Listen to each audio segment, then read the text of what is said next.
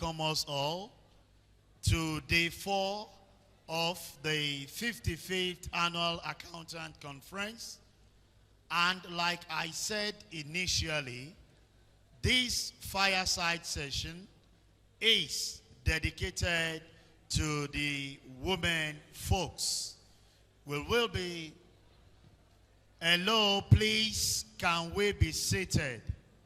And for those of us coming in, we can definitely take our seats without interfering in the proceeding. Hello? Hello? So please, let's maintain decorum. So like I said, this is the day 4 where we have actually set a session out for the women folks. And with the permission of the 61st president of our great institute, Malam Aruna N. Yaya, MNI, PhD, FCA, we hereby call this session to order. And on that note, join me to welcome to the podium the people to coordinate this session. It gives me great honor to welcome Bin Oshosami and Debola Odeyemi. Please, a round of applause for them as they take the stage.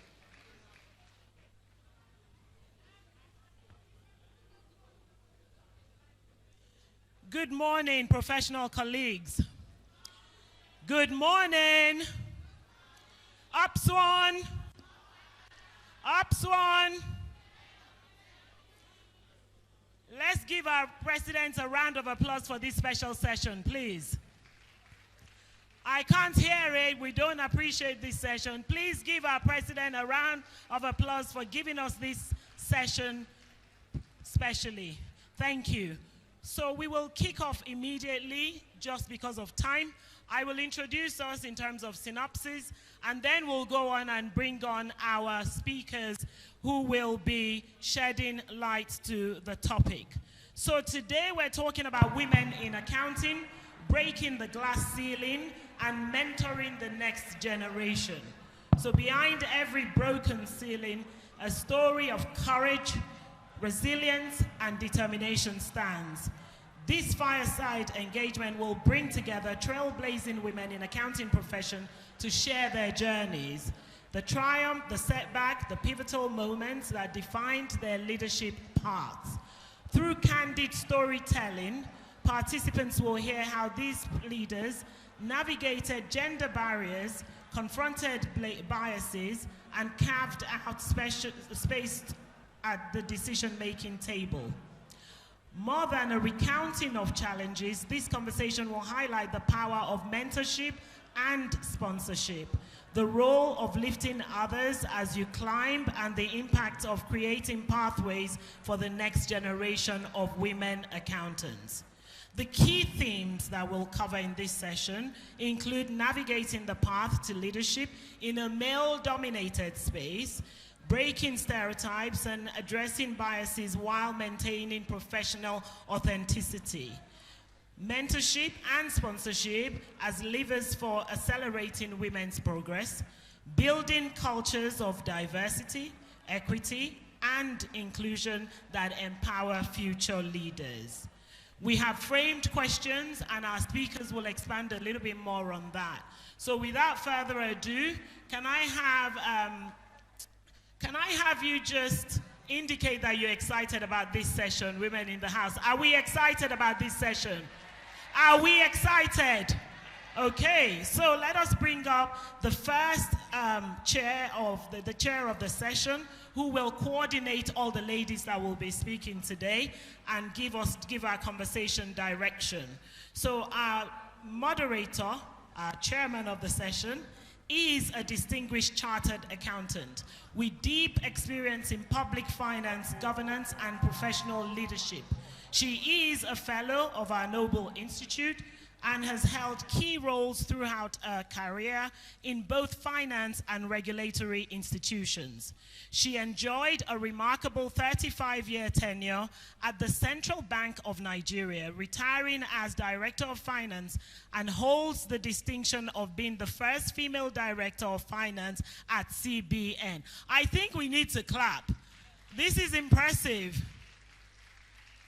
In that role, she oversees the adoption of IFRS for CBN's financial statements and led branch operations and coordination across all 37 branches from 2012 to 2014.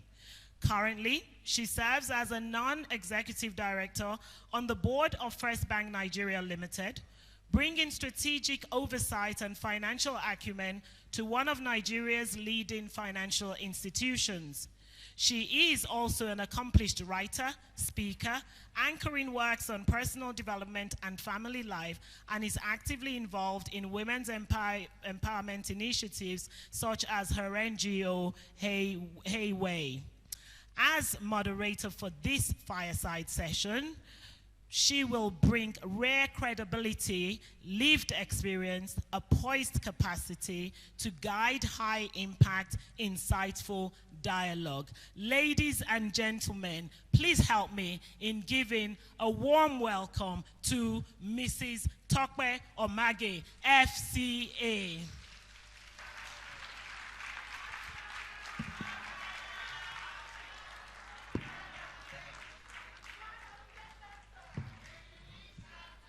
Please encourage her with a round of applause.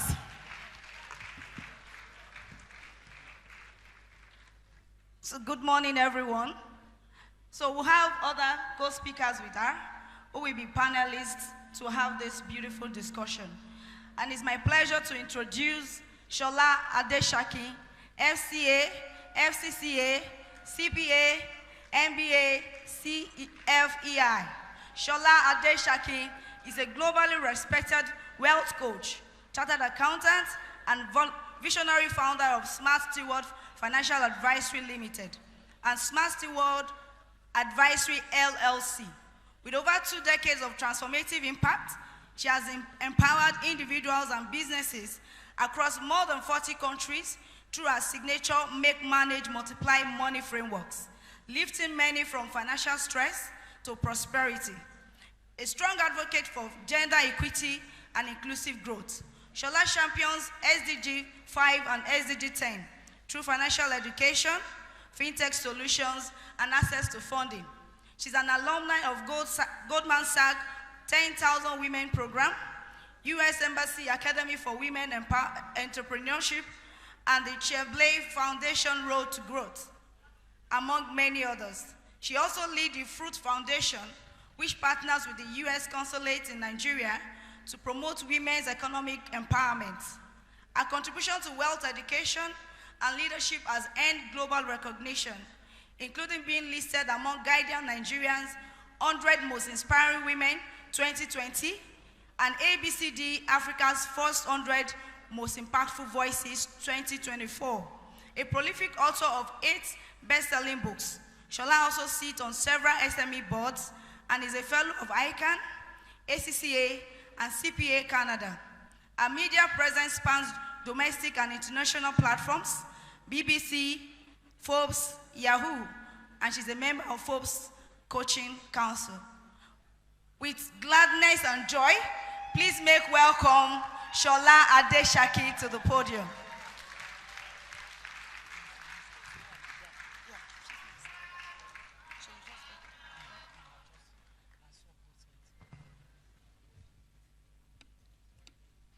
Okay, our podium is already looking powerful. This is a gender non-sensitive session. It's all women. So joining them on the podium is the next member of the panel, who is a chartered accountant, small business champion, and founder of Accounting Hub NG, a tech accounting startup established in 2015 to provide virtual and retail accounting and bookkeeping services to SMEs across Nigeria. A fellow of our institute, she holds over 20 years of experience spanning finance leadership, entrepreneurship, and digital education. She began her career at PricewaterhouseCoopers and later held financial leadership roles in organizations such as Jumai and several other private firms where she shaped finance operations and built scalable financial models. In 2016, she founded Accounting Hub, a fast-rising bookkeeping firm that served over 800 SMEs through Accounting Hub and its accompanying Data Entry Academy. She has trained and empowered hundreds of SMEs in bookkeeping, tax compliance, and digital bookkeeping tools. Her work promotes financial inclusion and better financial decision among small businesses throughout Nigeria. In 2020, during the pandemic, she pivoted her expertise into education technology space by founding Data Entry Academy, a groundbreaking online tool that teaches workplace digital skills to African adults. The Academy has trained and graduated over 18,000 participants across 17 batches, empowering job seekers, entrepreneurs, and career professionals with practical skills that lead directly to employability and business growth. Her work has earned her a recognition as a MasterCard Foundation EdTech Fellow 2024, as well as fellowships from the Tony Elumelu Foundation and the Cascador, highlighting her impact in shaping Africa's future workforce. Above all, she is driven by one mission: to transform lives by equipping people with skills they earn, grow, and thrive. Please help me give a fantastic and an energetic welcome to Chioma Ifeanyi Eze, FCA ACTI.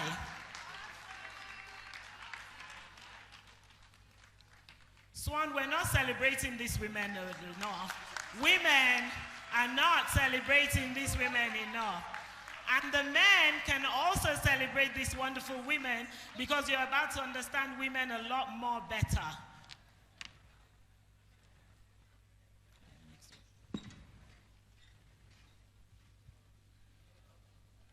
So we await the arrival of the next speaker, but I'll read her profile so that while she's joining us on stage when she's around. Okay, she's here. So it's my pleasure to invite Mrs. Chioma Uba, FCA. She's a partner, PwC Nigeria, corporate responsibility leader. Mrs. Obioma Uba is a senior partner at PwC Nigeria, with a significant track record in audit, assurance, and corporate governance engagements. She also leads the firm's corporate social responsibility initiatives, driving social impact and stage engagement strategies within the firm and beyond. As a fellow of the Institute of Chartered Accountants of Nigeria, FCA, Mrs. Uba is respected for her dedication to professional ethics, client service excellence, and building trust in business practices across industries. In recent activities, she has represented PwC Nigeria at national and industry events, including speaking on leadership and accountability, and contributing to high visibility CSR projects. With warm welcome and applaud, please make welcome Mrs. Obioma Uba, FCA.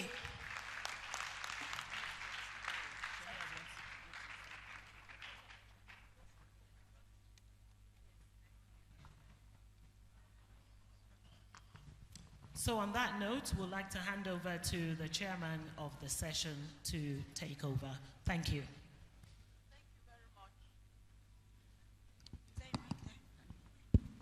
Okay. The President, ICAN, the President, IFAC, body of past presidents, council members, distinguished ladies and gentlemen. It gives me joy to see ICAN evolve into recognizing women. The MC said that this session is for women. I would like to correct that. It is for women and the men who care. We cannot experience inclusivity without the men's full support. So I say thank you, ICAN, and thank you, the bold men in the house. Today we shall be looking at women in accounting, breaking the glass ceiling, and mentoring the next generation. We have come a long way since the Beijing conference in 1995, a whole 35 years ago. I will say we have recorded moderate achievement, but there's still a lot to be achieved. In Nigeria, we intended having 35% women participation in the affairs of the economy. The only institution that had been able to enforce that is the central bank, with 30% women on boards. Times have changed. We have made a lot of progress, but there is still a break in the wrong. We have women on the boards, but climbing to management and leadership role is still a challenge. So this morning, I have some accomplished, award-winning women who will, through their lives experience, tell us their journey and their suggestions as to how we can block that break in the wrong. There is a Chinese proverb that says, a society becomes great when old men deliberately plant trees under whose shade they will never sit.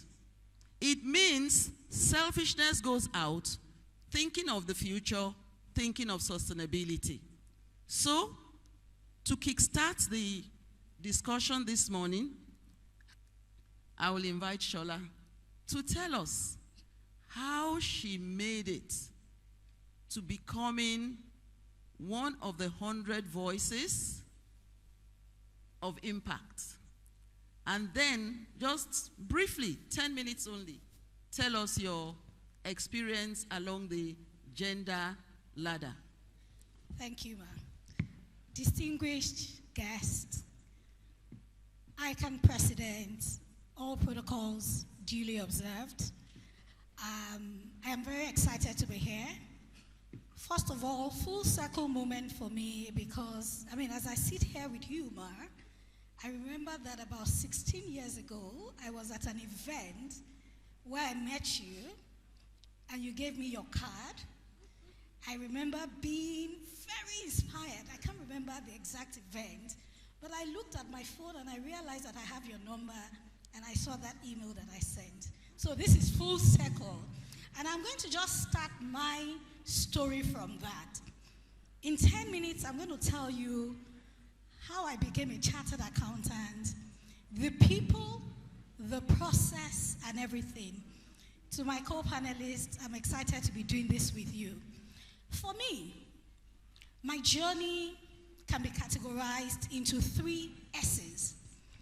And the first S is what I will call sponsorship.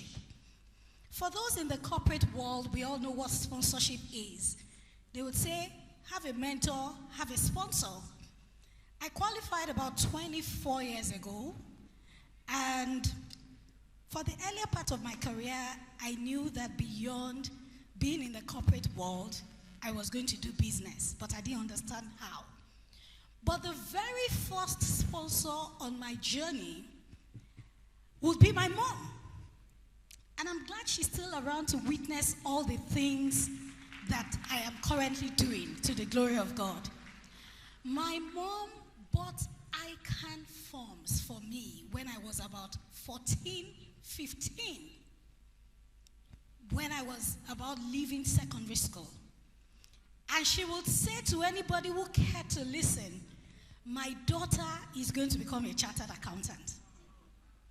I am 45 this year, so cast your mind back.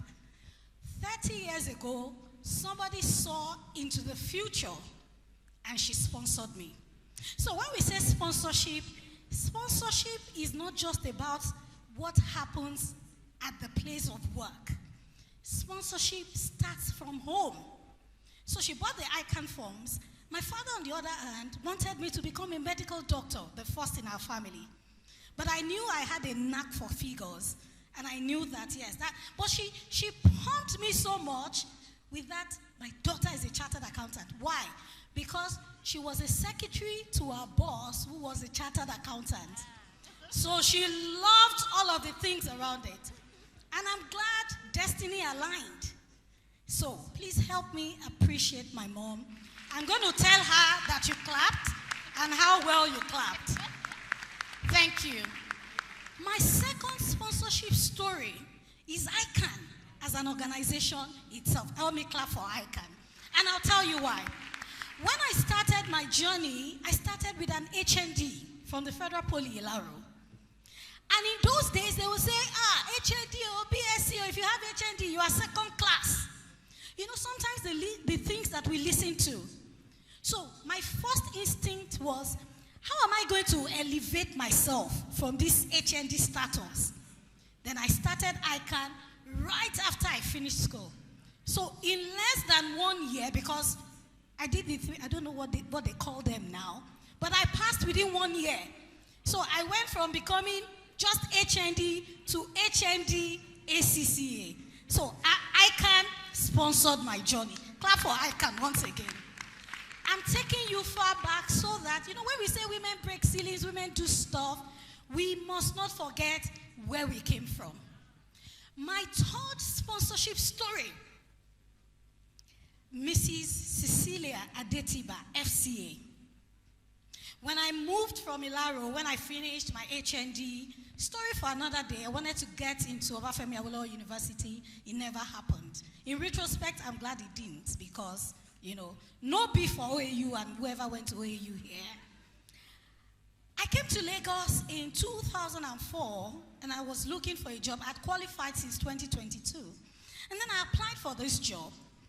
And on that interview table, there were about 4 people. I was green, I didn't know anything, but it was a role for finance manager. And it was obvious that the men on that panel, that interview table, were not going to take me because they felt that I didn't have the experience.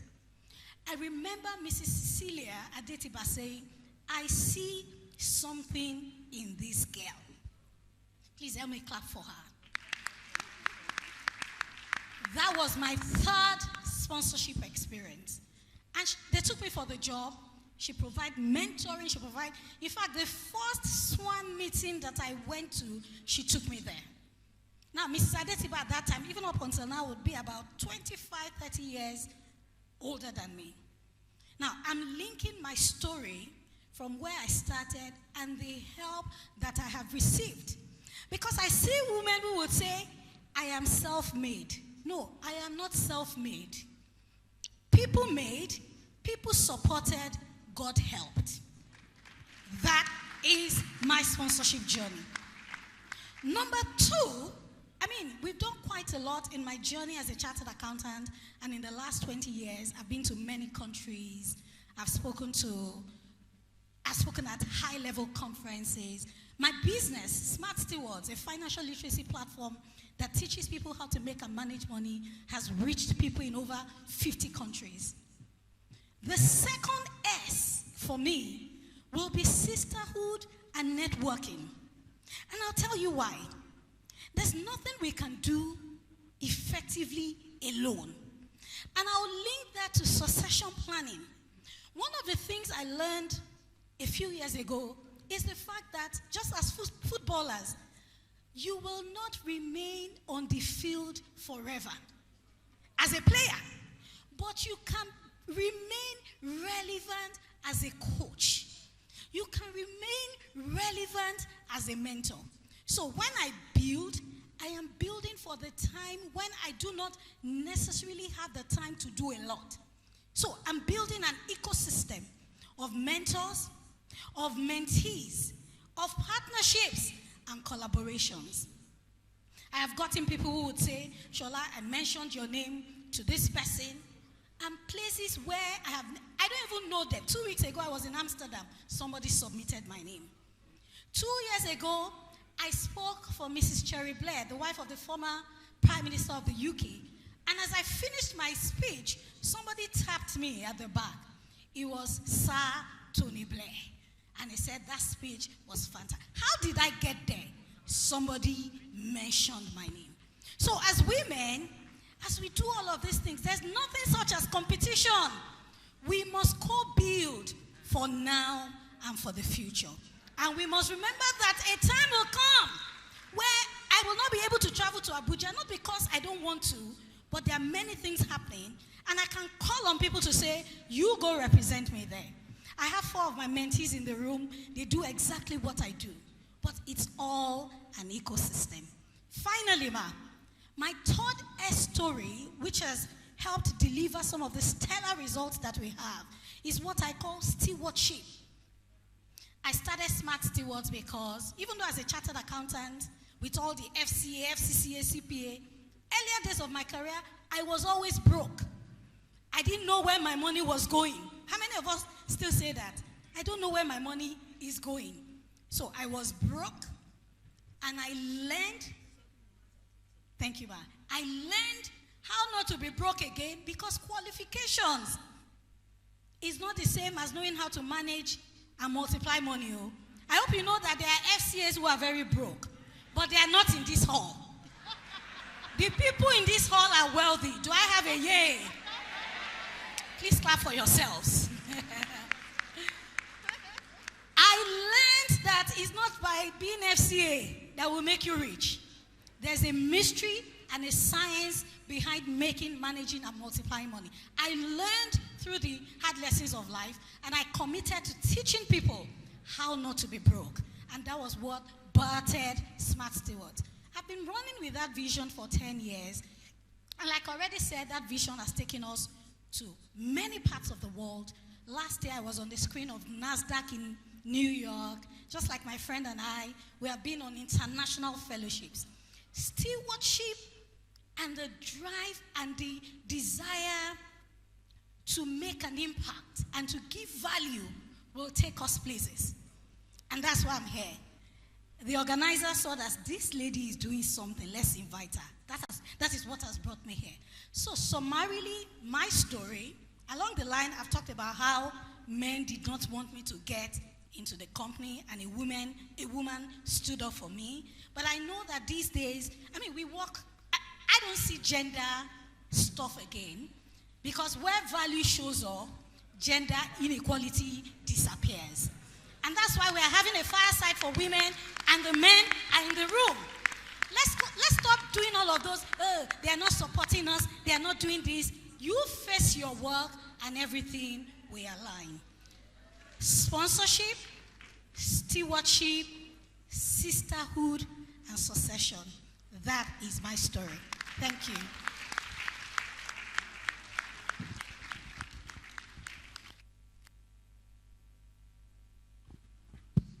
Wow. Loaded. Could you please give her another round of applause? I picked something. She said her mom saw the star in her. Even though we are chartered accountants, extremely busy, we have a role to identify the high flyers. And we must nurture it, because the people you nurture are the ones you will look back at tomorrow.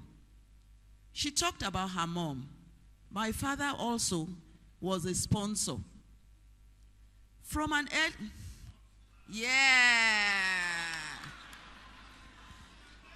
he said to me at an early age, my daughter, we are from the minority part of Nigeria, and it is your merit that will take you places.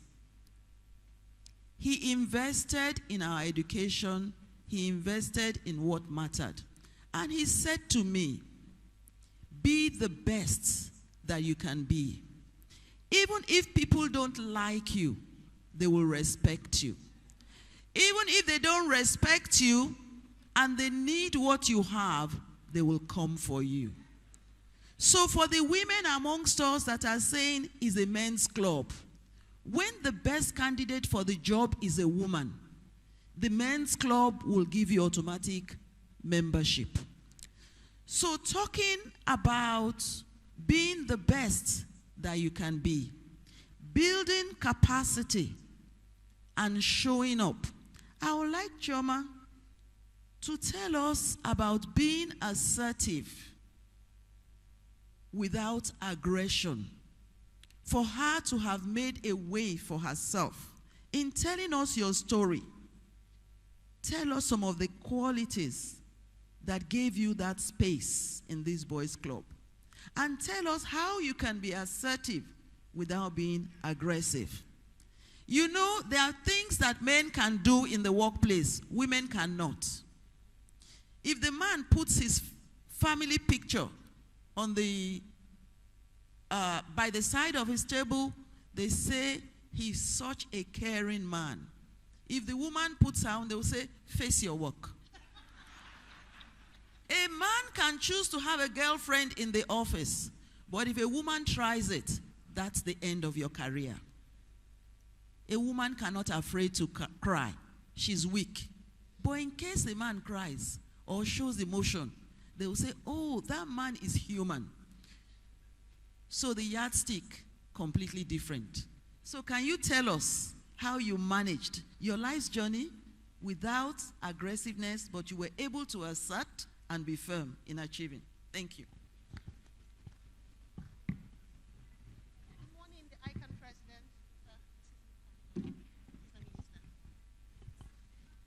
The ICAN president, distinguished ladies and gentlemen, my professional colleagues, good morning, everyone. I'm particularly excited about this session because it gives me great opportunity to share from my heart the things that I wish for every woman, especially in the accounting profession. So how did I rise through? Being assertive. Maybe I found out many years ago that somehow being a woman meant I needed to do more than a man had to do. So I built two simple principles that I worked with all through my journey. The first principle was that I was going to rise to a level of excellence never seen before. I started my career in PwC. When I resumed work 3 days later, the head of finance asked me to go and sign a document with one of the partners upstairs. In PwC, at the time, the partners were referred to with their initials. So I was going to a partner whose initial was GIU, and I was given a document to go and sign.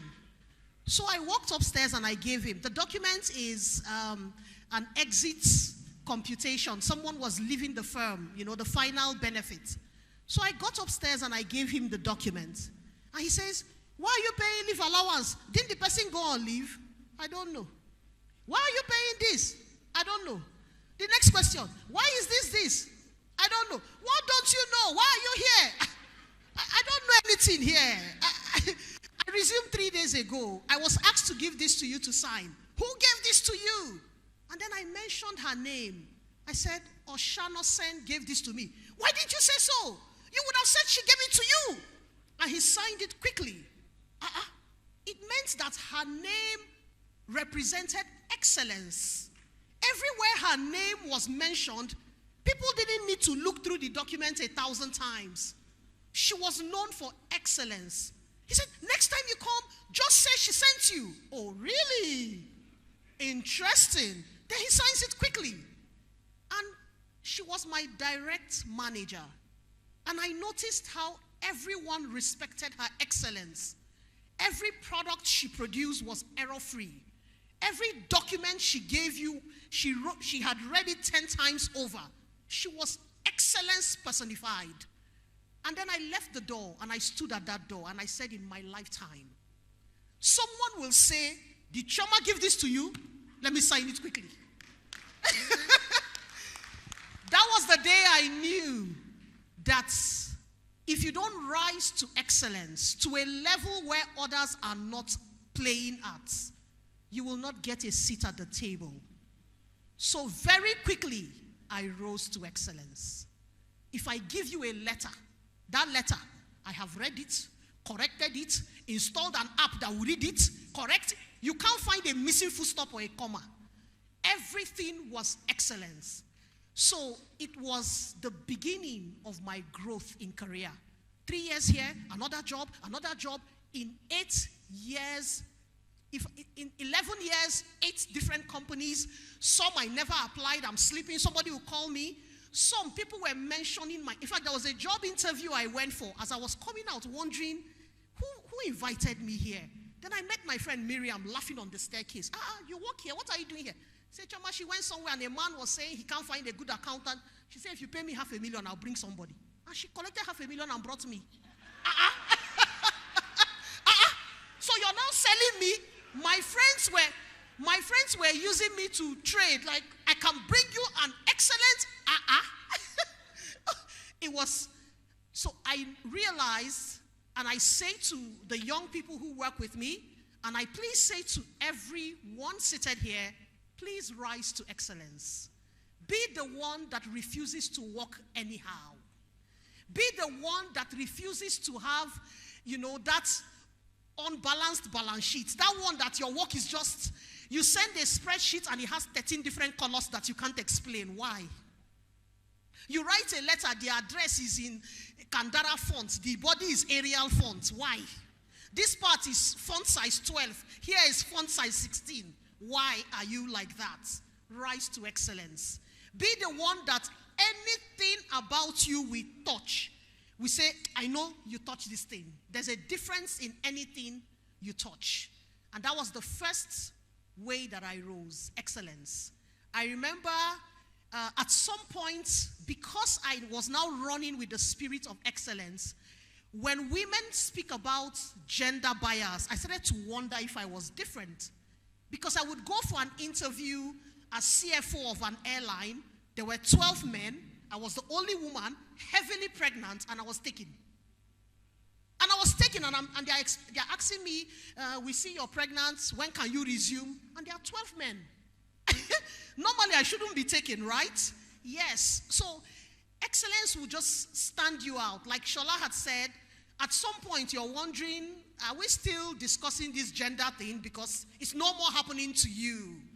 So please rise to excellence. The second point that gave me an assertive voice and put me in the corridors and on the tables where I needed to be was being relevant in the marketplace. I beg of you, wherever it is you work, whatever it is you do, career, entrepreneurship, ministry, government, whatever it is, never you lose your place in the markets. As they say, AI is the current thing. Have you learned AI? Excuse me? Good.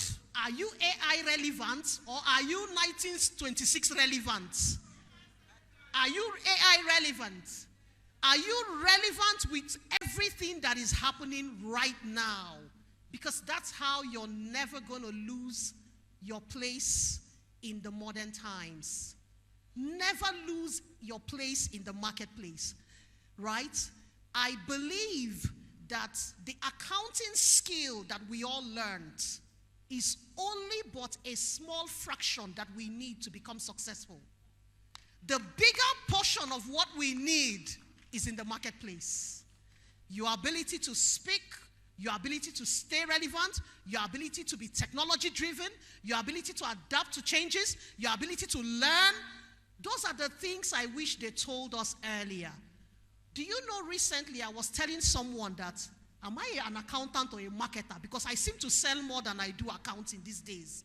And all that was because I had acquired so much marketplace skill that kept me relevant. So please, I'd like to summarize 2 things I leave for you. Rise to excellence, to a level never seen before. Let people look at your work and say, I knew you did. When I saw this, I knew it was you that did it. No one produces this kind of report but you. And the second, please stay relevant in today's marketplace.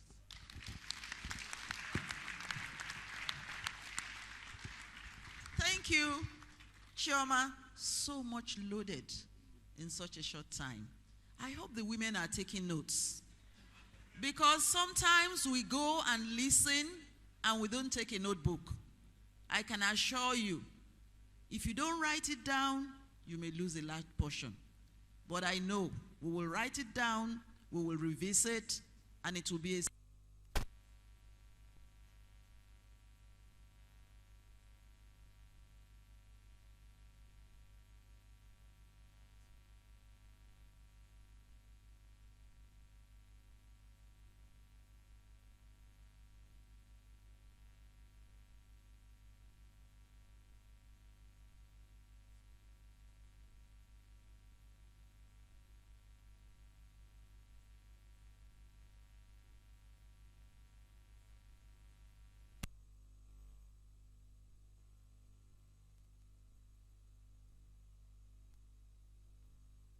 they have a very good gender policy. Deloitte, PwC, they sponsor the women in workplace thing.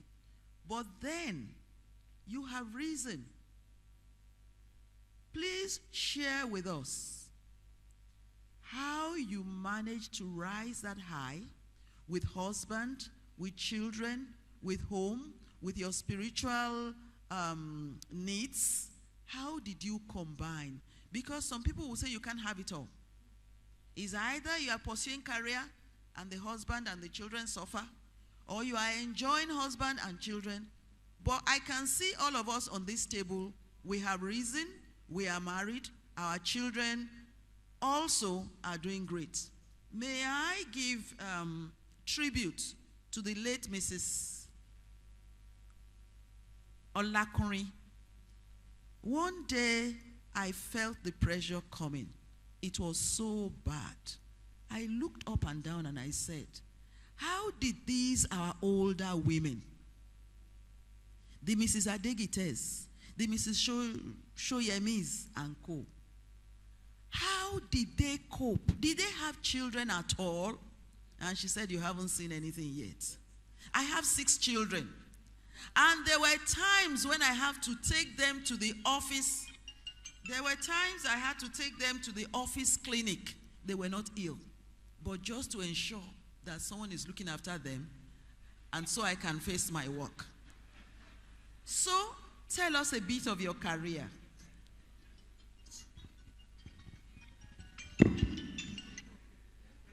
Hear me?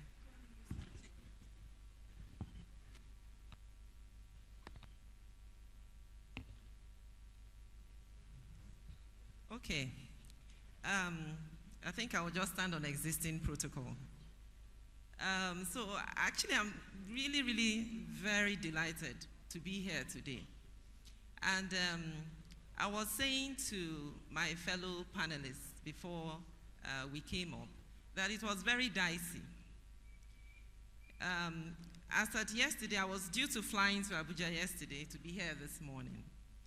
But yesterday morning, after I got ready, and I was thinking, okay, so I'll just get my power bank, put it in my laptop bag, and head downstairs to catch, to take the ride to the airport to catch my flight. And then I realized I couldn't find my laptop bag. And one thing led to another. I became confused, but I'm certain I put this here, right in front of my room. I couldn't find it anymore. I got downstairs, and my domestic help, pointed out to me that there was something odd outside the door. Long story short, there had been burglars in the house, and all our laptops had been taken, including the one right in front of my room door, mine. So I actually lost 2 laptops, my work laptop and my personal laptop. My husband lost his, my daughter lost hers. And we didn't know when all this happened. We were asleep. So I could still have continued my journey, right? Because, I'd realized this. I could have just left it to my husband, right? and got into my car, gone to the airport, and made it for the ICAN program. But you see where the balance is.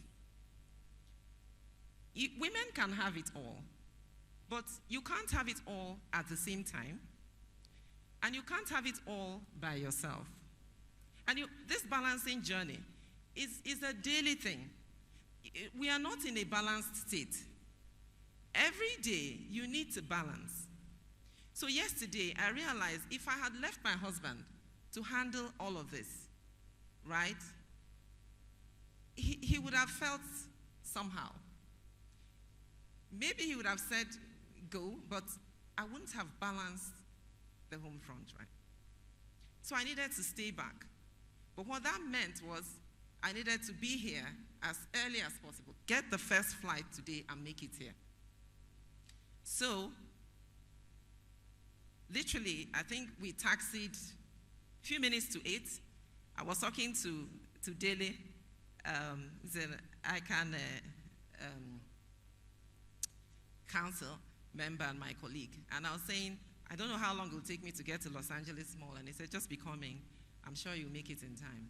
So I got in here about 9, and I'm here. So I'm actually very happy and, really very delighted that I was able to make it here and to connect with everybody.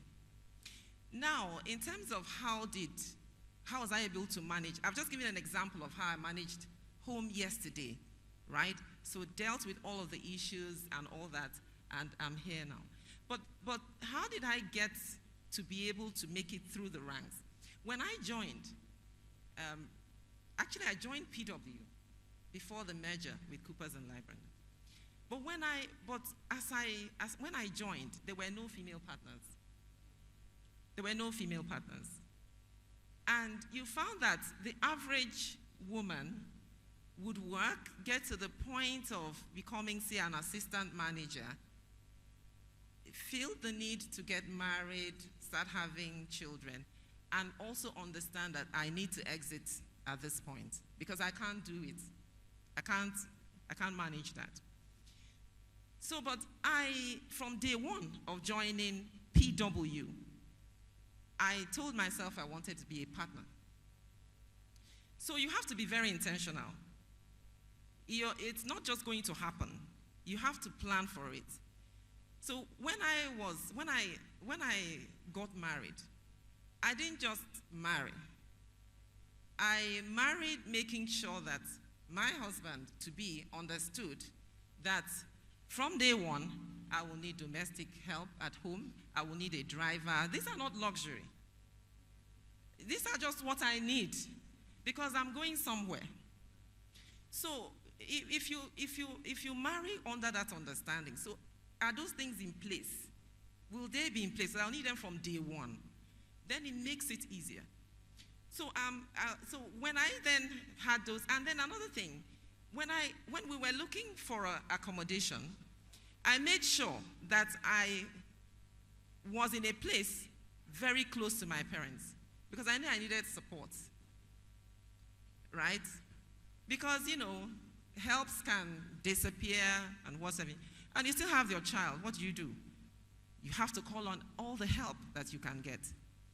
So you can have it all. You can have that balance. You can reach the zenith of your career. But there are things you need to do. Now, through the journey, I had some, will I call it, setbacks. So in the course of my pregnancy and pregnancy, delivery and all that, I ended up losing 2 children. Now, if you work in professional services firm, you'll understand what the impact of 9 months pregnancy is. You understand, from a career perspective. So, having lost 2 children, you can see that there was a lot of, what I call it, pressure, it's kind of setback, right, coming from there. But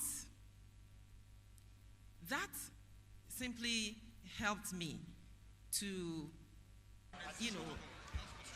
be able to communicate and connect with people in a certain way, right?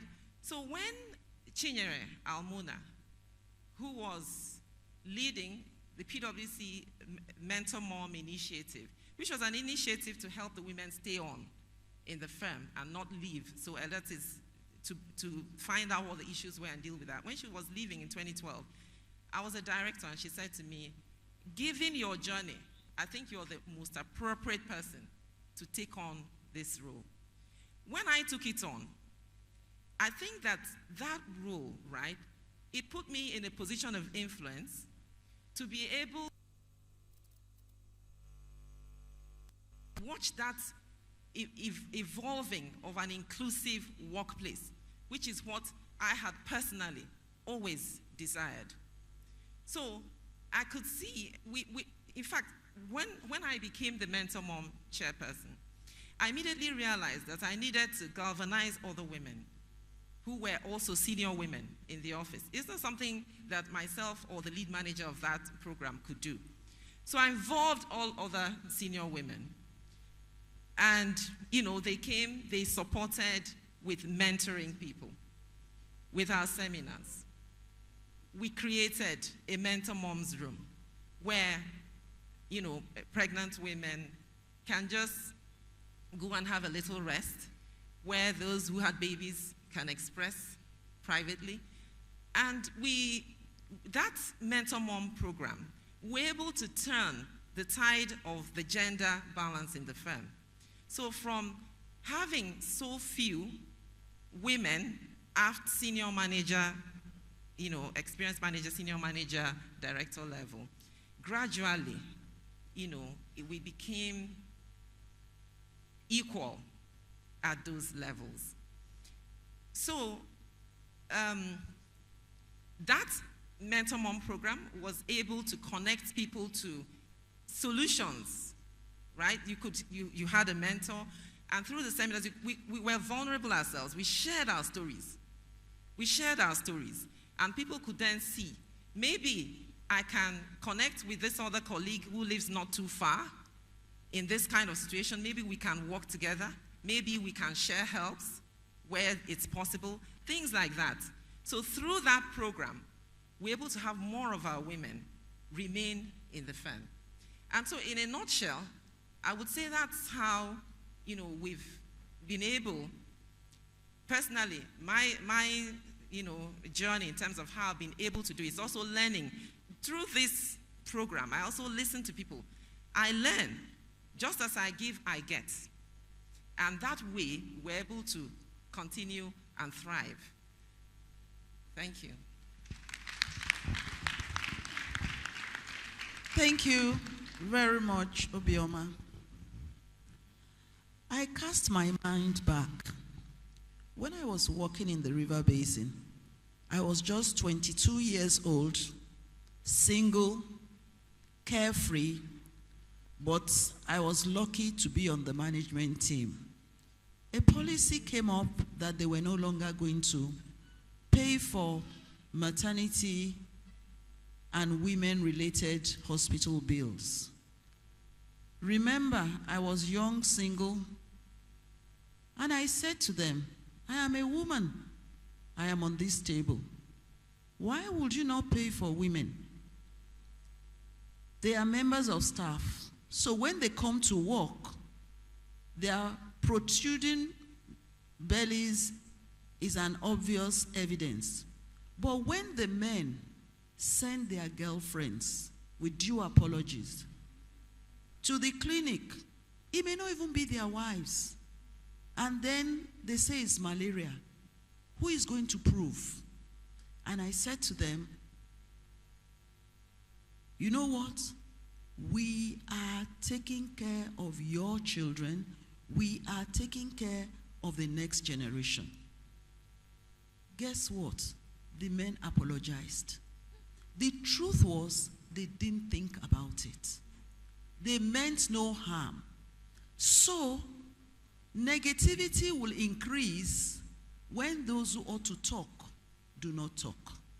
So, I want to ask Chioma, when women are at table, is it obligatory or they can choose not to? have a voice at table? Or is it okay for women to sit there and not have a crop of mentees they have brought along? So give us an example of what you think we older women should be doing to break this ceiling that is so badly cracked and waiting for somebody to pull down the pieces. I'll say in one sentence, it is, of course, not right for a woman to sit at the table and not contribute her voice. There is no debate. There are no two ways about it. If you have a voice, if you have an opportunity to be at the table as a woman, please put in your voice. And to the women who have, I don't like to use the word made it, but to the women who have climbed the ladder a bit higher than others, it is also good to send one hand backwards to help pull up the younger ones. At breakfast this morning, I was sharing with Shola. I have a young mentee who sends me her numbers every month. I mentor women in entrepreneurship. I have a strong drive for marketing and sales, so I teach women to make explosive numbers. So at breakfast this morning, I was telling her one of my mentees did 415 million in sales last month. She crossed the 2 billion naira sale mark in September, and it's all because of mentorship. This girl is 34 years old. She has 2 little children. She used to sell from home when I met her. In fact, 2 years ago, when she asked to speak with me, she had to set up a table and chair outside of the house, to speak with me. Maybe she felt, I don't want this madam to see inside my house. So she put up a table and chair outside of the house to speak with me. And at breakfast, I was sharing with her the kind of numbers she's doing. How is she able to do those numbers? Mentorship, teaching her, explaining. I was telling her also that she has grown a team. Her team has about 180 employees. Then she made a comment and said, let her structure the business. Her business is extremely structured. In fact, because of the number of staff she has, she had to rent apartments, for her staff to live in. I had to call my mentee, a girl I trained, please, send me the policy you use for your staff accommodation. Because when you come in, her staff accommodation is very well organized. So there's a way she runs it. So she sent me a 1-page document of the rules that she uses to guide her staff in the way that they use the accommodation she provides. She was the one who taught me, my mentee who I trained. She taught me not to give staff accommodation without having them pay a token. Her staff pay 15,000 naira a month, a token. So they are responsible about the accommodation. She taught me, and I mentored that girl to where she is now. So please, if you're a woman, please, and you're rising through the career, and you see that you're getting up there, please pull back one hand and help other women. A few months ago, I wrote something about the period when a woman in career gets married, starts having children, the pressure at work, the pressure at home. It looks like you're like you're losing your mind. And if you see the way all the women jumped in to say, I'm there now, I'm struggling too. So please, wherever we are, in the workplace, in the marketplace, I'm an entrepreneur today. Maybe you are in career, you are in government, you are in ministry, wherever you are. And you can recognize that period in the life of a woman where she's struggling with career, family, whatever it is, business, and you're able to pull back one hand. Please do. And when you sit at those tables and you're able to make decisions that can impact women, please make those decisions. Please let me also put this in. Even though we are here speaking to women and saying, when we sit at the table, let's lend the voice for the woman. Women, you too, lend a voice for yourself. You too rise up to what it takes. Last year, I got into the MasterCard EdTech Foundation Fellowship, and MasterCard Foundation gave me $100,000 to grow my business. This year, they were struggling to find women to do the same for. And I got calls, which woman is in education technology that we can? And I found myself thinking, she got in this year too. So we are two women who MasterCard have given $200,000. And we're saying to you, why didn't I mention your name when they asked me? Where are the women in education technology? Where are the women who are saying we have 250 million Nigerians, we need technology to teach more people? Why was I struggling to mention women? It's not enough that I have a voice at the table, that I've said, oh, we must include women. But they are saying, oh yeah, where are the women? You said include, we want to include them. Where are the women? So it was, the men had, taken up all their quota, they were okay. So we who are championing, put the woman on the table. Oh yeah, bring the women in education technology. Then I say, wait, I'm coming. I'll look for them. So it's not enough that we are on the table and we are pushing for the women. My dear women, are we rising up too? Are we doing the things that, that also give us the opportunity to come into the opportunities that women have opened up for us? Where's the woman who is saying, I see that the statistics of one teacher to a child is maybe 2,000. With technology, I can close that gap. I see this, I see that. So please, I encourage women, while we fight at the table, please don't let us be ashamed, because even after we have fought for the opportunity, they are struggling to find you take up the opportunity. Thank you. Thank you, Chioma. Shola, a question for you. How easy was it for you to transition from being an accountant to an entrepreneur? We have the ICAN Entrepreneurial Development Center. One of the things we hear is that we were trained to become chartered accountants. Why are you training us to become entrepreneur? The accountant in you is a foundation for you to blow. So I want to ask her how easy it is to transition, and then what advice will you give people who want to transition? Thank you. Thank you, ma'am. Brilliant conversations, and I'm here, I'm learning myself. So the thing is that the world is evolving so fast that it is not enough to say, this is what I learned in school. Now, we are talking about me transitioning from being an accountant into becoming an entrepreneur. I have even moved from just being an entrepreneur to being a digitally literate entrepreneur. So again, being an entrepreneur is the foundation. If you don't move with the trends, you are setting up for your career or your business to end. Trend, end. I'm going to share my story, but I am very passionate, thank you, to help people realize that the things that were are not the things that are. And the things that are not the things that will be. When I became a chartered accountant, some of the things I heard was, accountants don't like businesses. Oh, accountants are just very prim and proper. And then I saw my friend. We are doing business now.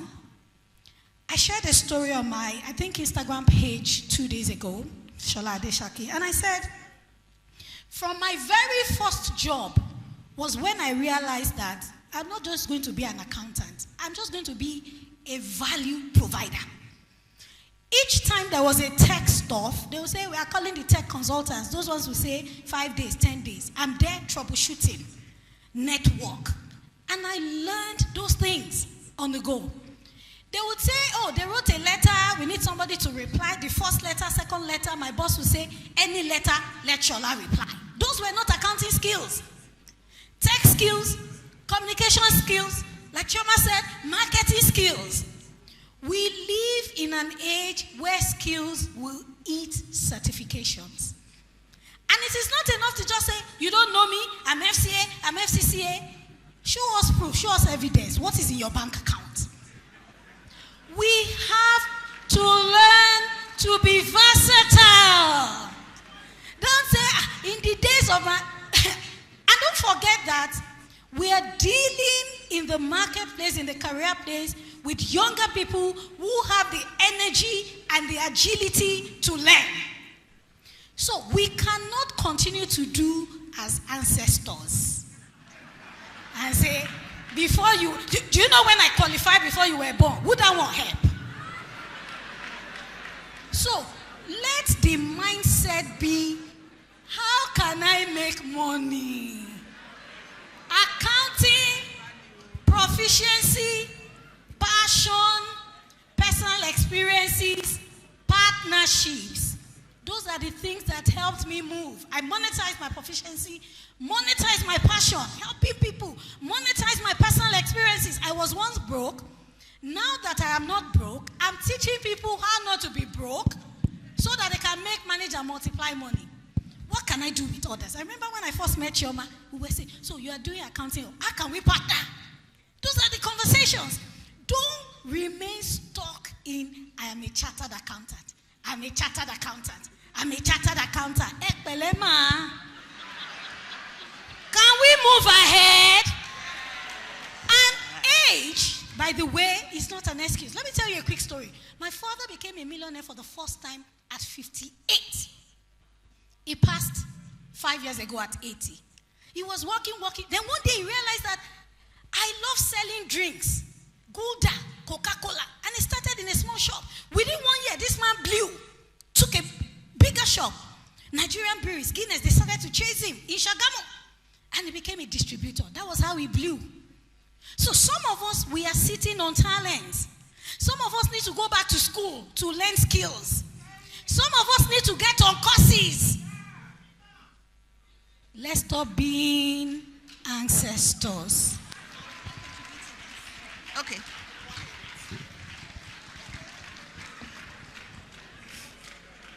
You know, the topic of entrepreneurship is one that excites me so much. I realize that there is no profession that has an edge in entrepreneurship like an accountant. The ability, that's your rare skill to understand numbers, is the differentiation between you and any entrepreneur. An accountant is able to take any business because of the way you understand numbers and convert it to gold. I will be vulnerable to you for just a few seconds so that I can explain. I beg of you to allow my vulnerability, and please permit it. 4 months ago, on the 5th of June, I launched a new company selling egg. What did I say? Fresh egg that you eat. I'm a chartered accountant. I have realized it's not enough. 20 years qualified, FCA, all the resume, I have it. Then I woke up one day and said to my husband, father of 4 children, I want to sell egg. Thank God he did not say this woman has gone mad. He accepted, say egg. I say yes, I like the business. Because I have an understanding of numbers, I went to the egg farm and did some research. I saw the price at the farm. I saw the price in the market. The gap was the middleman. If I could close this gap, I could do this percent. I came and I built a financial model. The numbers looked great. Then I went back to the farm again and had a conversation. Let me just nicely put it that we launched Fresh Eggs Market on the 5th of June. It's been 4 months, and I'll please permit a little bit of vulnerability. Because of my understanding of numbers, we have done 237 million in sales, 4 months of selling only egg. I did not say chicken. I did not say cloth or shoe. I did not say I sell gold. What did I sell? Egg. Because I am an accountant, because I understand numbers, because I see what others don't see. So it feels like I should take out my hat and give it to everybody here and say, do you know what we have being accountants, what we see that others don't see? Do you know the way we understand margins, the way we can build forecast, the way our mind works is so different from the way an average entrepreneur understands things. They don't even understand what profits, but we are sitting on raw gold. I have never seen a profession as high in demand in the marketplace like an accountant. Every day, do you have an accountant? Give me an accountant. I'm like, everybody is looking for an accountant. As you are sitting, if you say business owners, come, let me teach you basic record keeping, they will be jumping in, throwing their money at you. I will travel to Dubai, my friend and I'll say, I'm teaching record keeping for small businesses. 3,500 naira, 4,000 people will pay. 2-hour class. I'll be wondering, do we understand who we are? Do we understand the gap in the marketplace that is waiting for me and you? It's like we don't understand. See, this FCA, I'm happy you are. Please, keep this thing aside and let's enter the market. They are looking for me and you. It is unbelievable what you and I can do in the marketplace. You see the new tax laws? 60 million and growing businesses are waiting for you and I to interpret it. Are you aware? Ordinary to log into Tax Pro Max and file VAT. Someone wants to pay you every month to do that simple 5 minutes activity. 100 people can pay you to do that activity. I can go on and on about the opportunities that we have just because we are accountants. The way that we think, the simple the things we can do, the things that other people know we can do for them. I can go on and on, right? So please, I'm not calling everyone to become an entrepreneur like me. I quit full-time employment in December 2015, and I have been an entrepreneur since then in 2016. It has been the best moment of my life. But I'm not asking you to leave employment and come and become an entrepreneur like me. But I'm asking that wherever you are, receive the spirit of entrepreneurship. Even in that your office, even in that your workplace, let your boss know that there is something different about you. You are the accountant that will say to your boss, have you noticed that on Tuesdays, we sell more black shirts than red shirts? I suggest we do this. You are an accountant in the workplace, but the entrepreneurial fire in you shows that there's something different about you. So I charge all of us this day, wherever you are, working anywhere, receiving salary, it's okay, but become an entrepreneur at heart and transform from that organization where you work and everywhere around you. Thank you.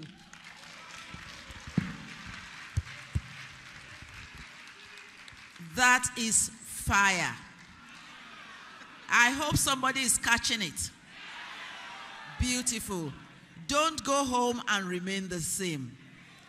Light up the fire in you. Now, I think we will take some questions. Then I'll give them opportunity to give one parting advice before we leave. If you have questions or maybe very, very short comments.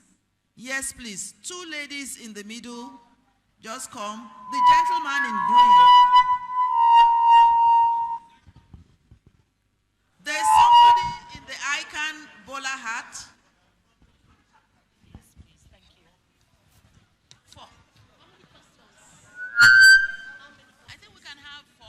4. Okay, 1. We are done. No, balanced. Just for women. I shall allow them. Okay. Okay, come to this side. No, I think we have enough. I am sure the men also are taking in the nuggets because you feel taller when you have the money to spend. Good morning, everyone. Mercy Chibiki Hama 39495. I am very emotional. My own is not a question, it's a comment. Just like they mentioned here, my husband was the one that bought my ICAN form for me before he married me. And I played with it, saying that I'm working in the bank for 8 years without writing my exams. And why I stand here is to make an open confession.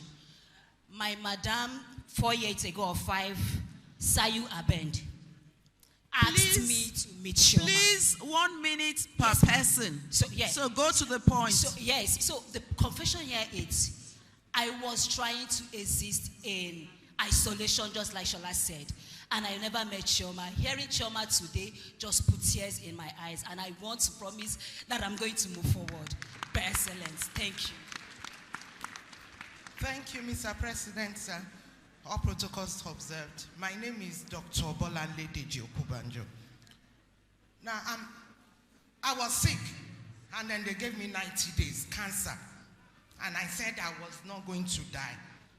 And then, you see this accountants in you, you can't put it under the table. I went back to school. It was so easy to learn the digits. To go back and read natural medicine, bachelor's of science. Today I have a PhD in public health. Today I am a clinical herbalist. Today I am an integrative oncologist. Today I have 20 diplomas, medical diplomas. And I am turning the table round. Let the accountants in you turn something around. I have 20 NAFDAC approved products. I have a factory, employed people. I don't know what you're doing with the digits that you have. It's not in the FCA that you put behind your name. It is in the accountants in you that puts 1 + 1 together. When NAFDAC is looking at my documents, they're like, you got it so accurately. I said, yes, I am a chartered accountant, so do the same.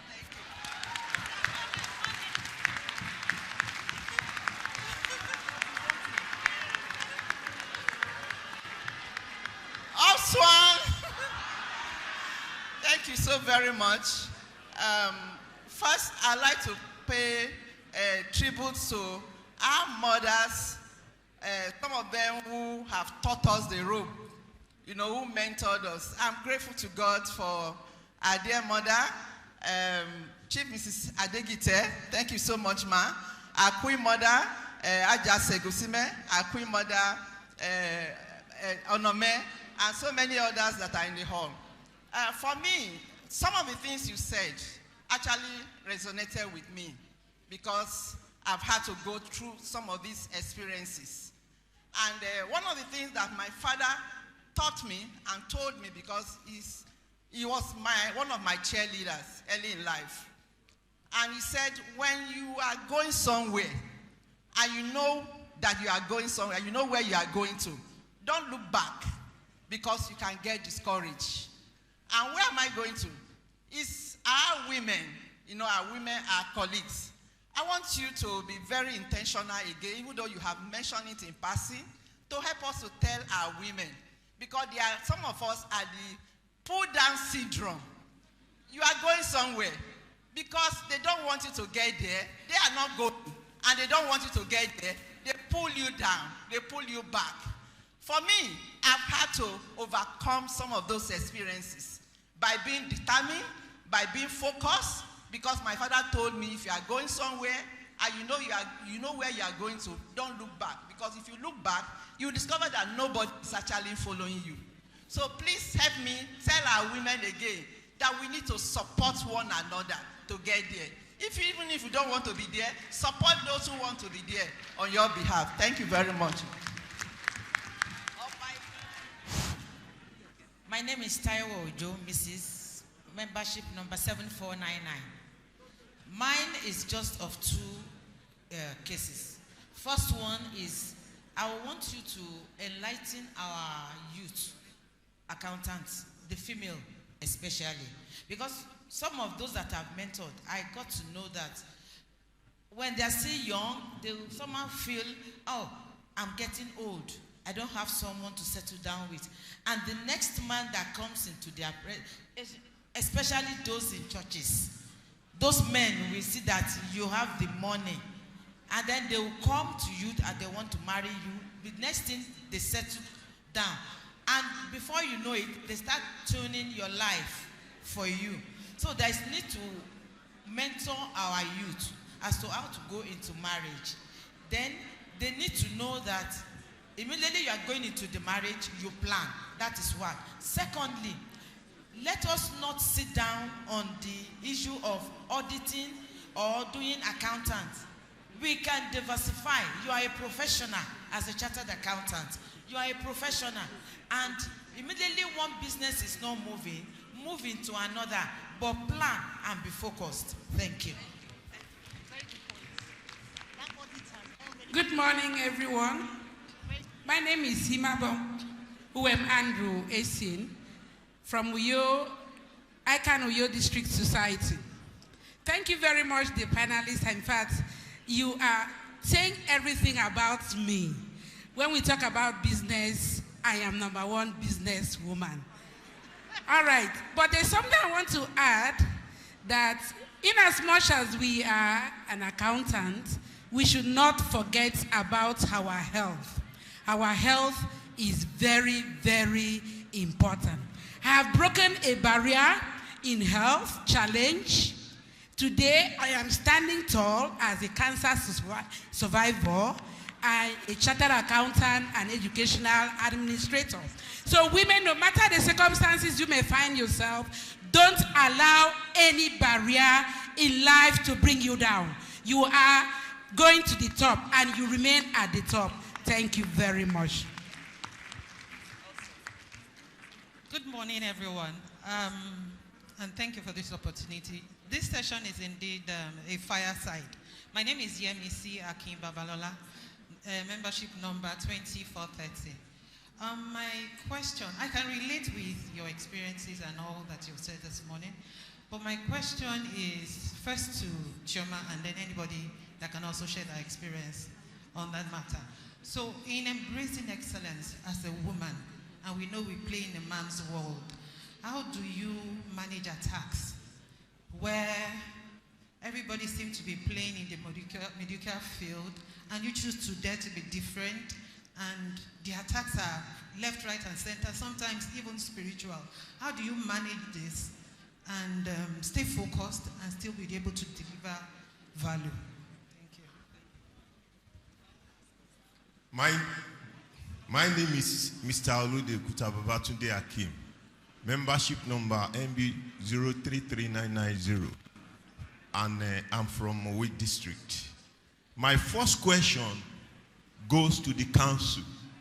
Why are we denying the men to hear from this quality life from the swan environment?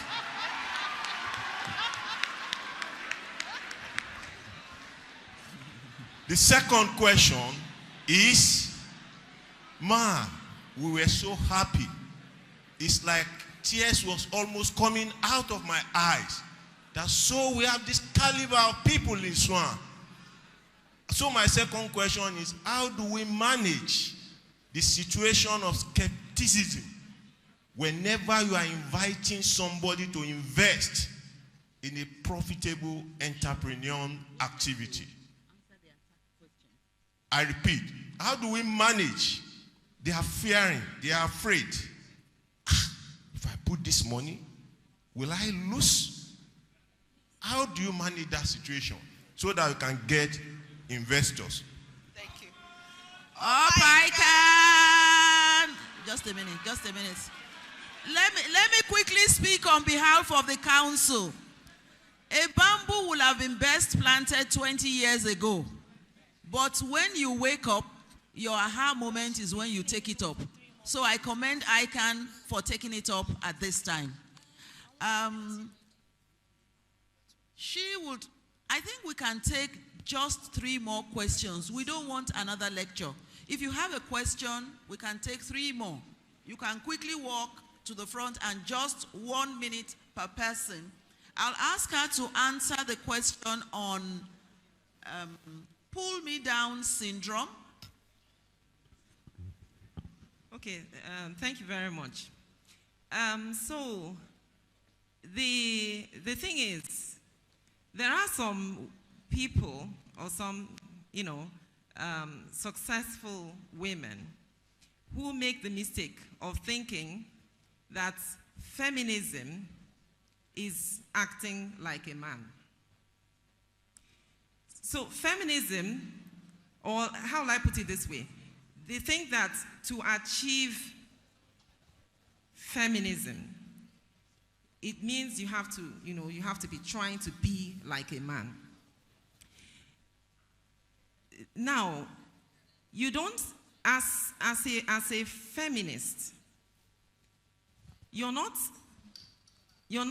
trying to act or to think that for you to succeed, you have to act like a man. Embrace your womanhood completely.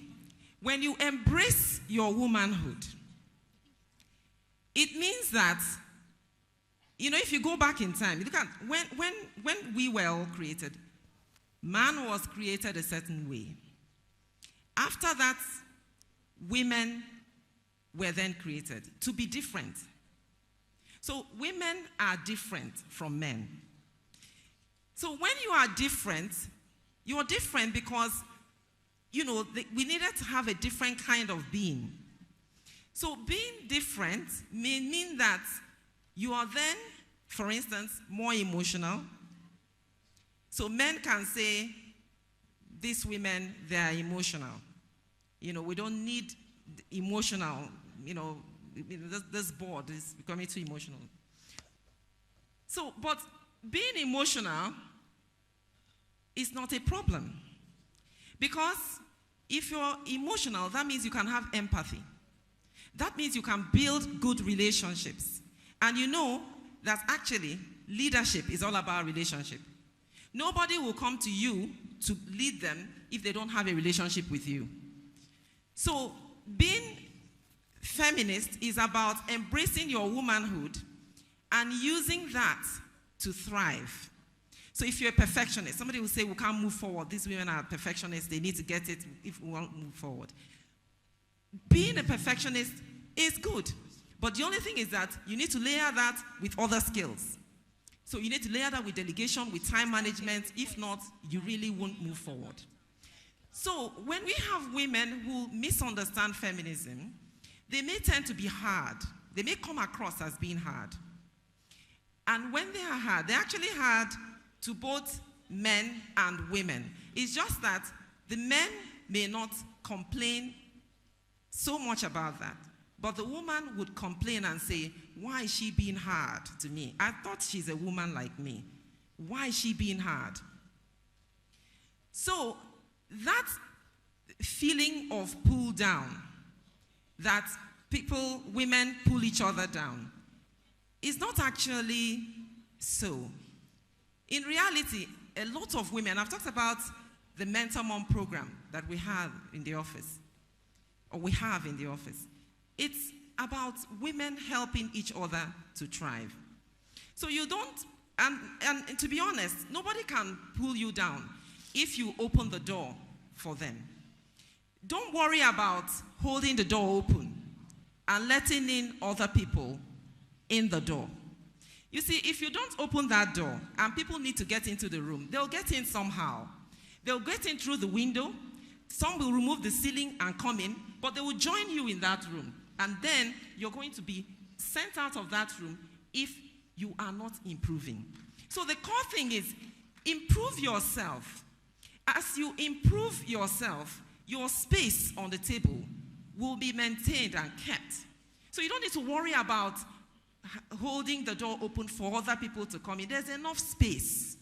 You see, if you mentor somebody, you train somebody, you train the person with what you know, right? But if you don't stop training yourself, you yourself continue to improve yourself, right? So at any point in time, you are improving. You're not the same. So if the person learned everything, he can't challenge you because you didn't stay there. You continue to improve. We've heard about the skills we need to have. Whether you are in entrepreneurship, that may not be what you think you are.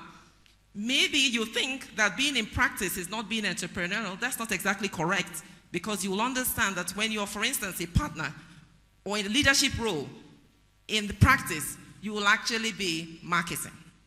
So it doesn't really mean that those in practice are not entrepreneurs or can't be entrepreneurial within the practice. But the most important thing is, let's understand, we can hold the door open, we can bring in other people, and we should not feel threatened. There is enough space for each and every one of us to thrive and succeed. Thank you. Okay, go ahead. Good morning. No more after this number. Good morning, please. My name is Onoja, AA, PhD, ACA. I have a simple question. Please, you have said so much, and thank you for that. But please tell us, what are the contributions of your husband towards your growth to this level? So that the men that are here will learn a lesson. Because a lot of men are still tied down with religion, with culture and tradition that holds women down. A lot of women want to grow. Thank you very much. Thank you.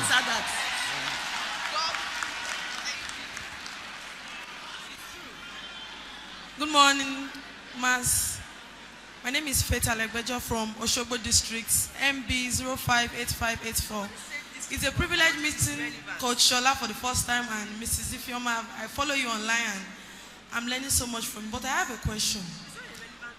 I'm a young accountant just starting, and beyond ICAN, I'm looking at, okay, what other professional exams can I take?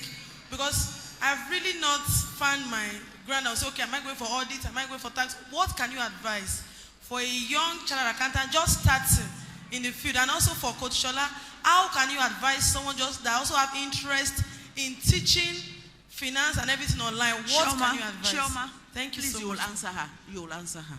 Thank you. Okay. All right. Good morning, Miles. I'm so grateful meeting you. This is a great opportunity. My name is Titila Adroja Ekoforola, MBO 57031, Amuwo District. I'm so privileged, but what I want to ask now, though she has said some of it, but quick, straight to the point, is some of us, we want to make this money, but we don't have this entrepreneurial spirit. As a young accountant, Ma, how can you help us ignite this spirit so that we can be there? This because is one as of them. you were saying it, I want to make this money, but how can you just help us, like, to bring out this spirit so that, yes, we can be there as an accountant and also an entrepreneur so that we can be up there just like you. Thank you, ma. Good morning, ma. My name is Olayade Ayomi Helen. I'm from Akure District 7. So, ma, I want to ask, my question is concerning mentorship. Now, for some of us, we've reached out to some people for mentorship, but we discovered that they are, should I say, they are too busy to function in that aspect, or they don't have our time as the young chartered accountants. And we also need the experienced ones ahead of us to take us up. And my second question is related, but in a different way.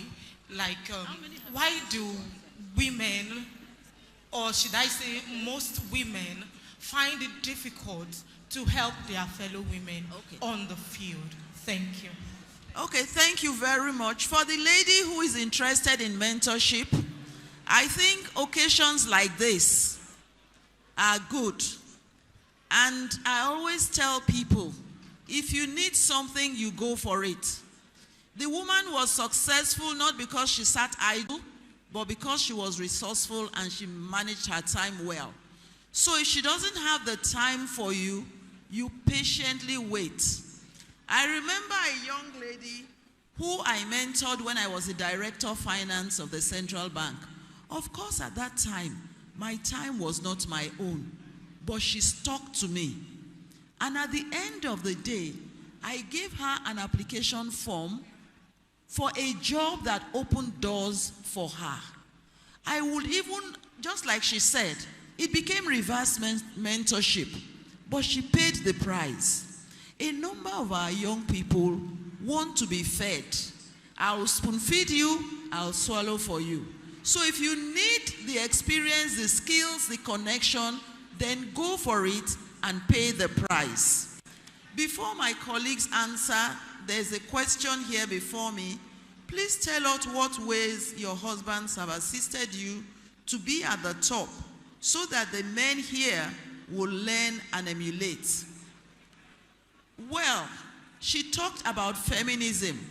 I am happy to know that at least you can marry, manage the home, and still do well in the workplace. We all take time to check the relationship, evaluate, and dutifully tick off when we want to go into the business. But here you are going to have a life partner. Do you want to run into it or rush into it just because you feel the biological clock is ticking? So my advice to young ladies is consider the goals, the character, the ideas of the person you want to marry. Can this person walk with me the whole hog? The week I got married, I was then the chartered accountant, the accountant of the River Basin Authority. And then I was on honeymoon. They brought checks to the house. And somebody pressed the doorbell. My husband went to them and said, "Do you know that I am just married? What are you looking for?" I said to my husband, "This is initiation. You are the husband of a chartered accountant. Before I got married, I was closing at 8 p.m. When they say you travel tomorrow, I pack my bags and go." And I said to him, "Whatever a husband gets from a wife, you will not miss. But I love my job and it is demanding." So when there's understanding and the partnership is a partnership, both of you understand what makes the person happy and successful. Because if you marry a successful accountant and you oppress her, she will not be happy, you will not be happy. This is a very private talk, and I'm saying it publicly.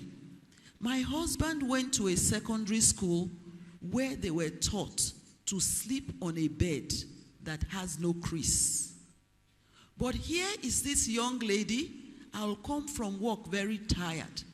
I will go on my bed with my pair of shoes, unwind for 5 to 10 minutes, come back, remove my shoes, and I'm good to go.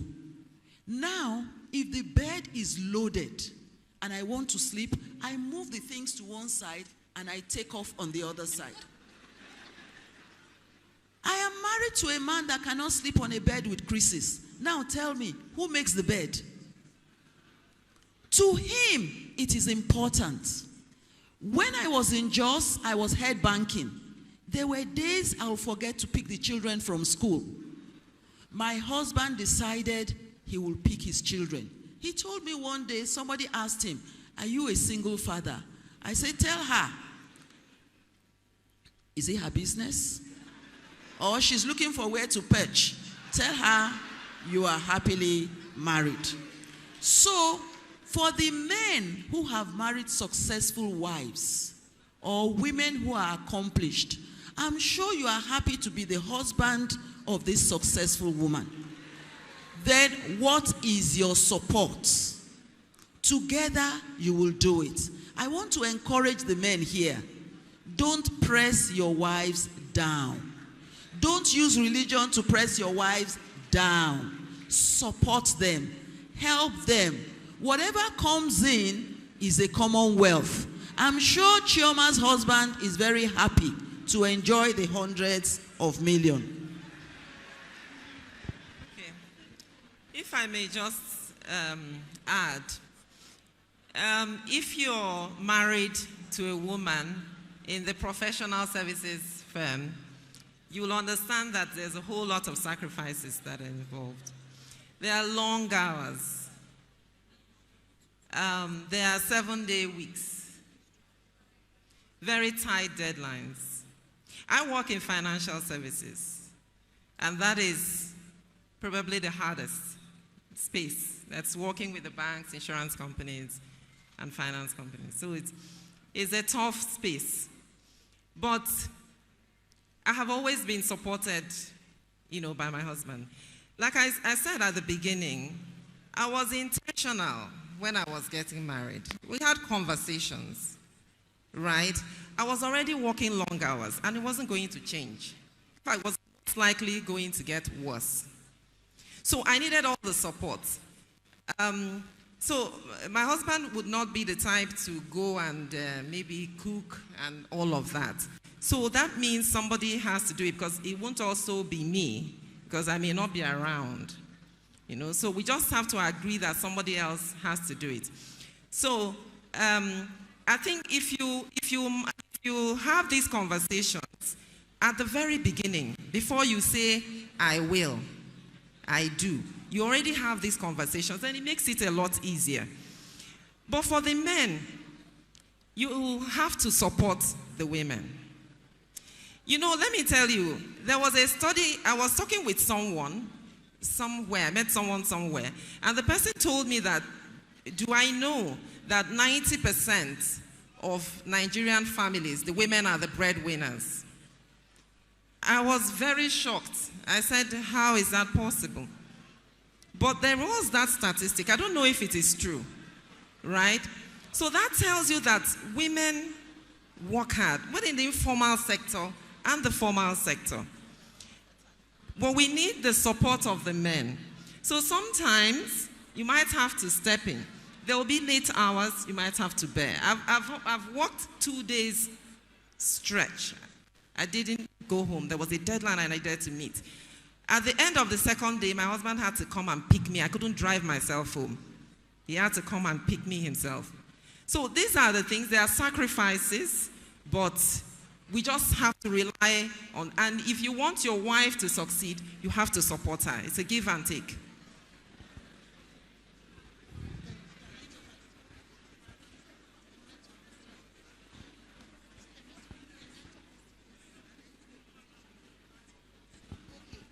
So a lady asked a question about how can we find mentors, because we try to reach out to some mentors and they are not willing to mentor you. Please let me say that mentorship is a lot of work, and really and honestly, you can't force a mentor to mentor you. So what I advise is that there are many people you can learn from, even from afar, especially in this online age. I am sure that there are hundreds or thousands of women who learn from me from afar. I write a lot, I publish a lot. There's so much you can learn even without talking to me one-on-one. So if you can start by learning from afar, that's a good way to start. Also, a mentor doesn't want a mentee who hasn't tried to pull yourself up. Please try and raise up your hand so that we can help you up. Don't be down there and be shouting, come and mentor me. Even me too, I don't want a mentee who isn't doing well. So please come up a bit on your own, pull up a bit. And of course, a mentor will be glad to work with you. Because of course, we like to share the stories and testimonials and, the joy of our mentees. That's what I wanted to say about mentorship. I also wanted to acknowledge the men. My husband is an amazing husband, and I'm grateful for the gift of him. Everyone who knows me knows I don't travel more than 72 hours because I can't stay away from my husband. And it's the same with him. He can't do more than 72 hours. So thank you to all the men who support their wives to be where we are today. We are very, very grateful to you. Yeah. Then another lady asked a question about, she's an accountant. She doesn't know whether she should do audits, whether she should do tax. She also likes that we teach online. What should she do? I will say that in this age and time, the market is rewarding the people who are niched. The market does not like people who do everything. The market likes the one who is specific with what you do. In this age and time, the accounting profession has shown us that the market is asking for more than auditors. Do we agree? Yes. So the market is not looking for I'm an auditor. The market is looking for bookkeepers. The market is looking for tax consultants. The market is even looking for people who just help them stay tax compliant. Don't even advise me. Just even help me to be compliant. The market has many roles that they are looking for. I will advise that if you're a young accountant, please choose a niche early and choose a niche that the market is looking for. Don't choose a niche that is popular in the accounting profession because that's what you hear. I want audit firm. Why? That's what everybody wants. No. Is that what the market is wanting? So choose something that is relevant to the market, that the market is looking for.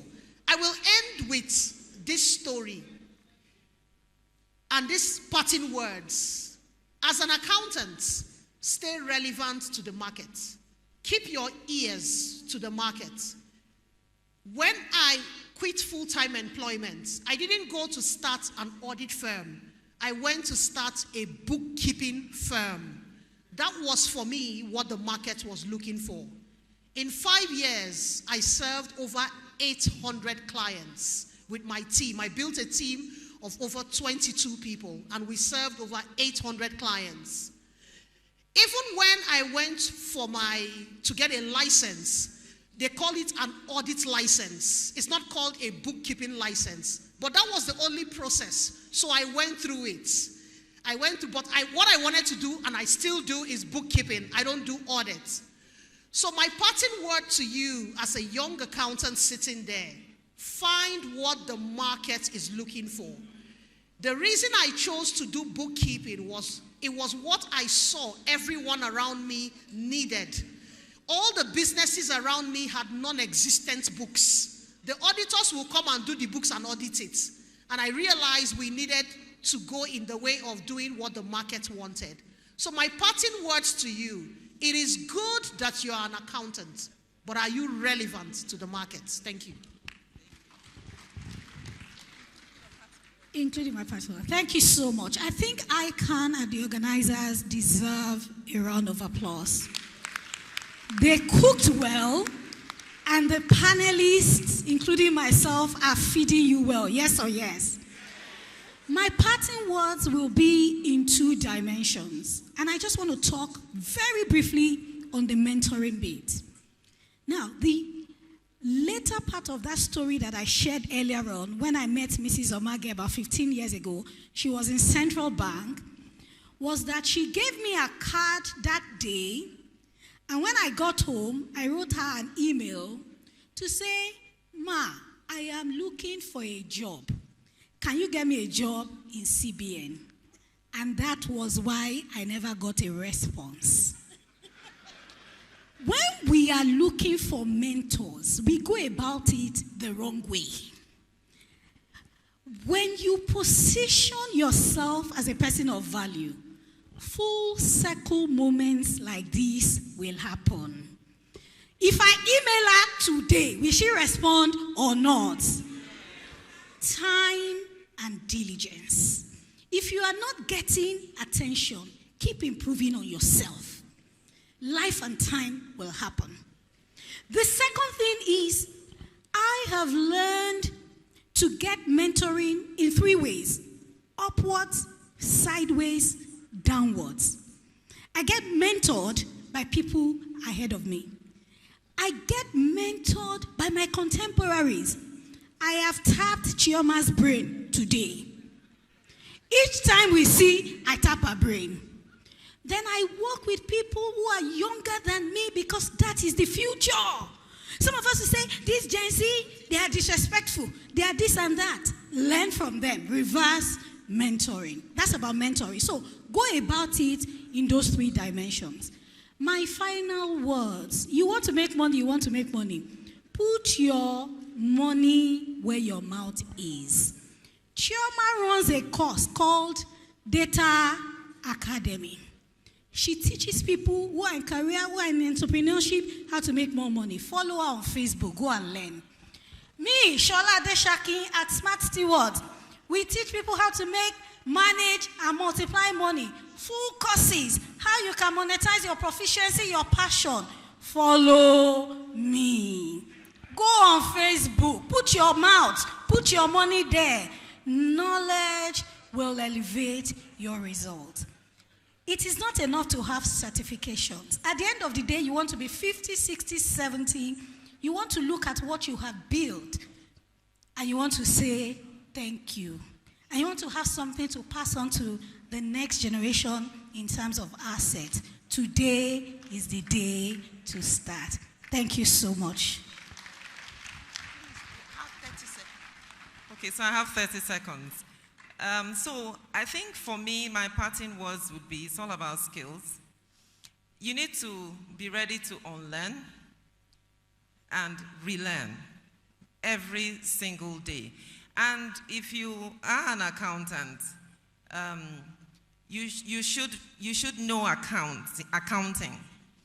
We can't be in gap when we've moved to IFRS. I see some things like that.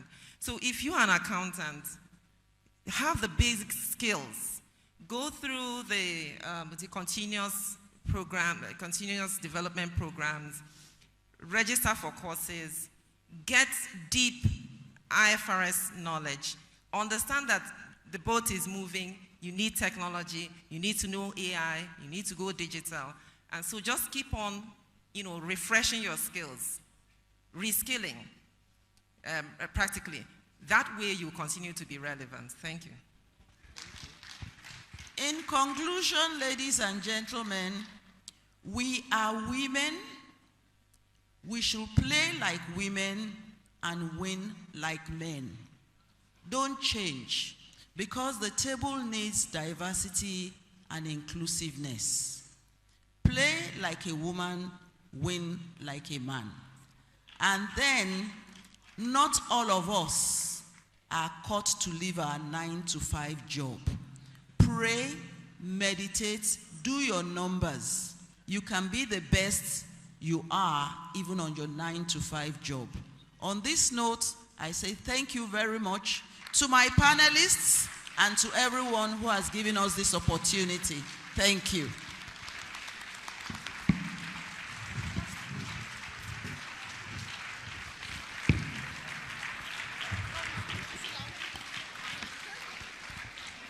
Please sit, yes. So, thank you so much, ma'am. And I want to believe that we are all fired up. Yes or yes? So thank you so much for a wonderful session. And according to our ICAN culture, in appreciating the speakers, I'd like to invite the Vice President in person of Ajia Quincy Segosimi, MNI FCA, to the podium for the presentation. Up ICAN.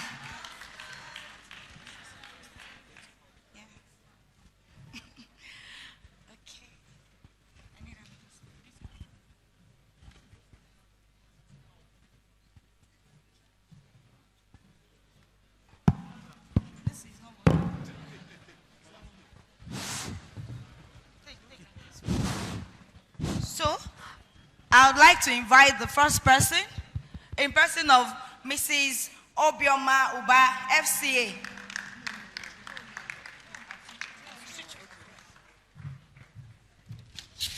Up Swan. Up Swan. Up Sman.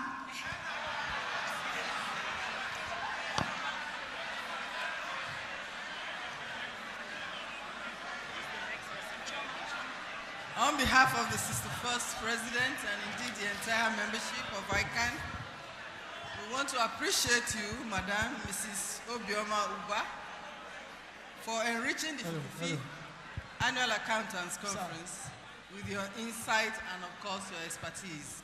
Thank you very much for coming. I'll send Next person is Madam Mrs. our Facebook Business Masterclass Lecturer, Madam Chioma Ifeanyi-Eze, FCA ACTI. Up Swan. Up Swan. She's indeed a woman of integrity.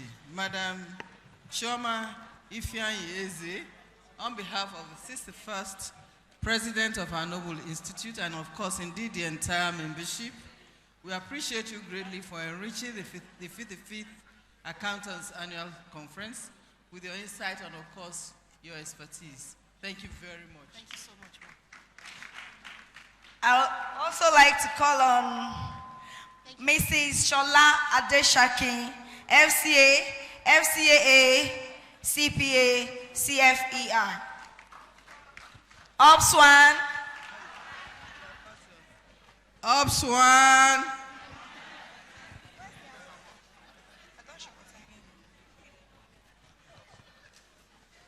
Madam Mrs. Shola Adeshoki, FCA, on behalf of the 61st President of our great institute, and indeed the entire membership, we appreciate you greatly for enriching this 55th Annual Accountants Conference with your great insight and, of course, your experience. We appreciate you greatly. Thank you.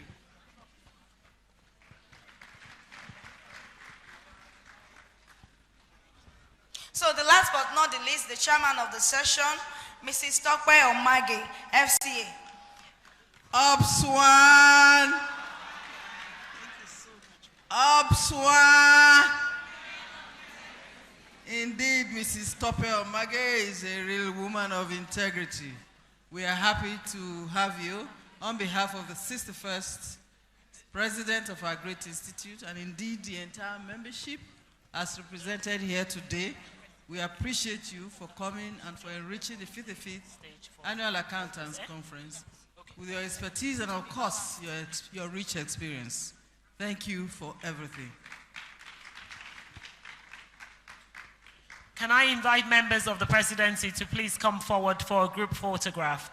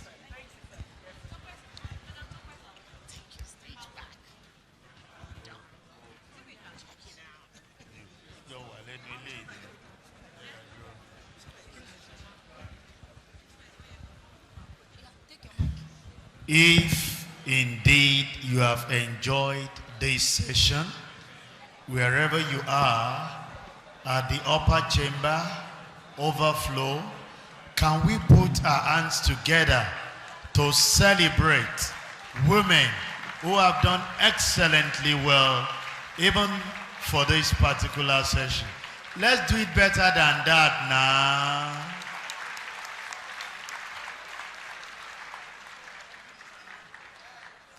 Thank you very much.